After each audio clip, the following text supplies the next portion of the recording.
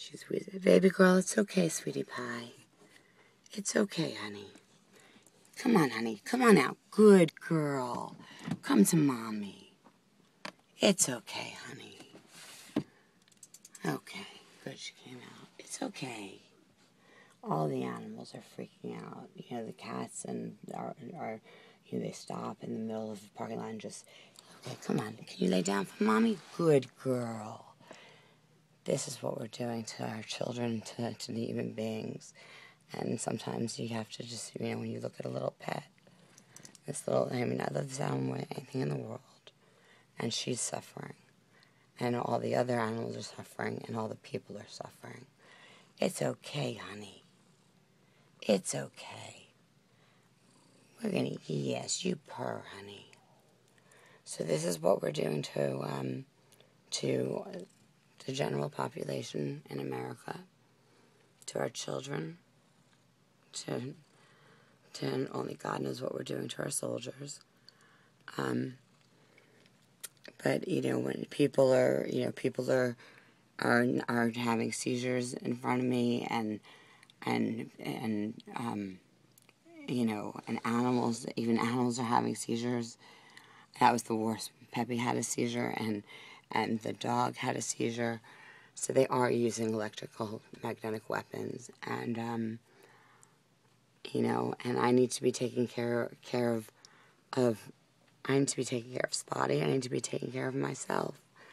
And so, you know, I just wish that, you know, the rest of the world could see what I see through my eyes. Or no, not even through my eyes.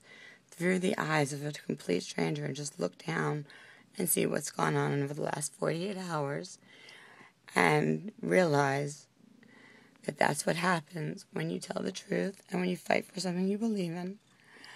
And if you've seen what I've seen, and you know how bad it can be, and you know how much worse it can get, and probably will, you can't give up, but you also have to take care of yourself too. So this is Alyssa. It's Saturday. My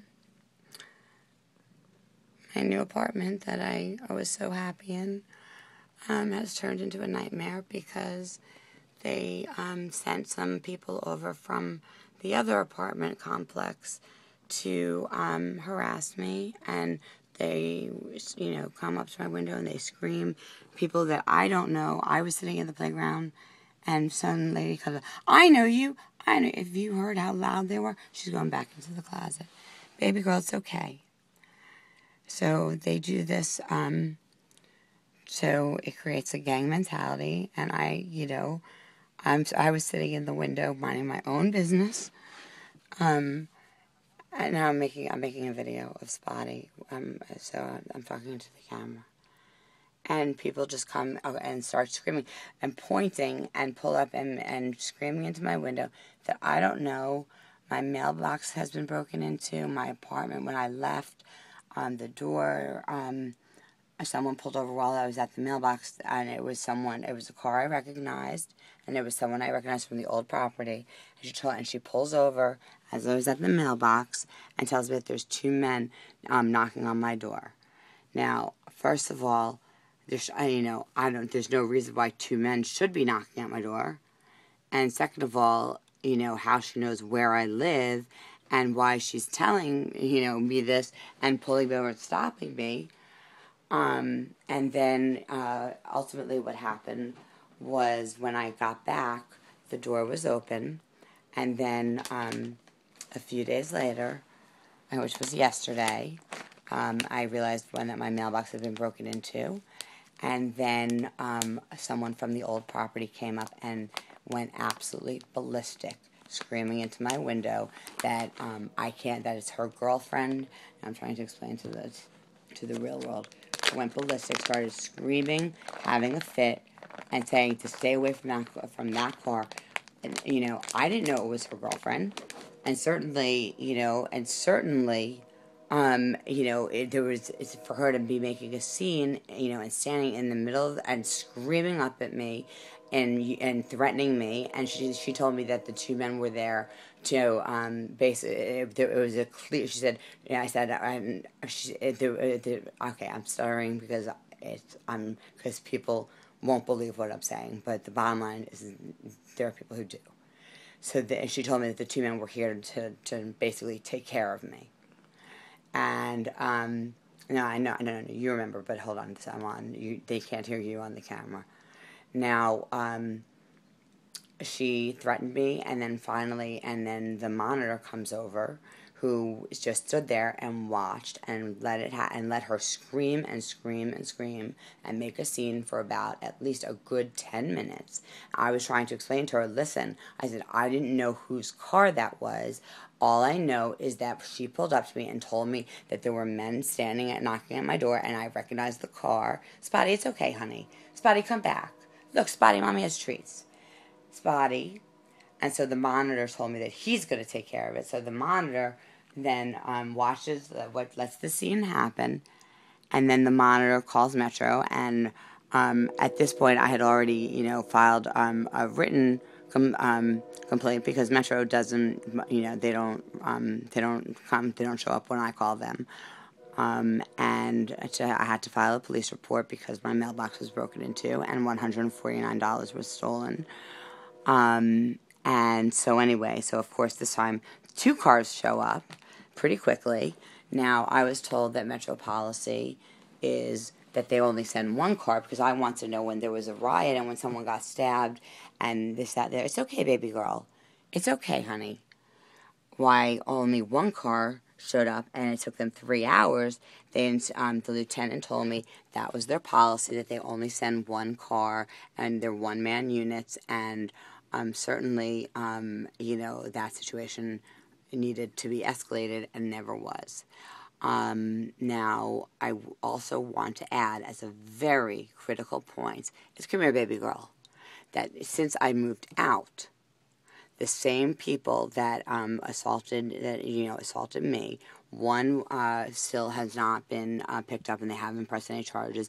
The other one, who came up to my window and after I was in court and told me that I don't need to worry about a brick coming through my window because all it's going to take is 1 bullet and I'll be dead. I didn't call the police about that. However, I certainly was not thrilled and certainly, made a note of it. And he has since been picked up on other charges. The car that I had photographed because there was unusual behavior in them sitting in there and it had no tags and whatnot. So he was picked up for grand theft auto. Now, after also, so that car was in fact a stolen car. So come here, baby girl. And then also after he was in jail, the other people that they had moved in next door to me, there was a big fight in the hallway, and a girl got stabbed. And I wasn't even there, so they can't blame that one on me. So apparently the police came out and had to come out, and they didn't arrest anyone then either. So, with or without me, these things people are still getting hurt. But that time, the lieutenant actually did follow up and call somebody else for a statement. The lieutenant who promised me he would investigate never did get any other witness statements. So all those people are still in danger and in a worse situation because now one is stabbed. It's my understanding that several of them are HIV positive, and that there was blood involved, and having there been a stabbing, now there's a concern that someone else had contracted HIV.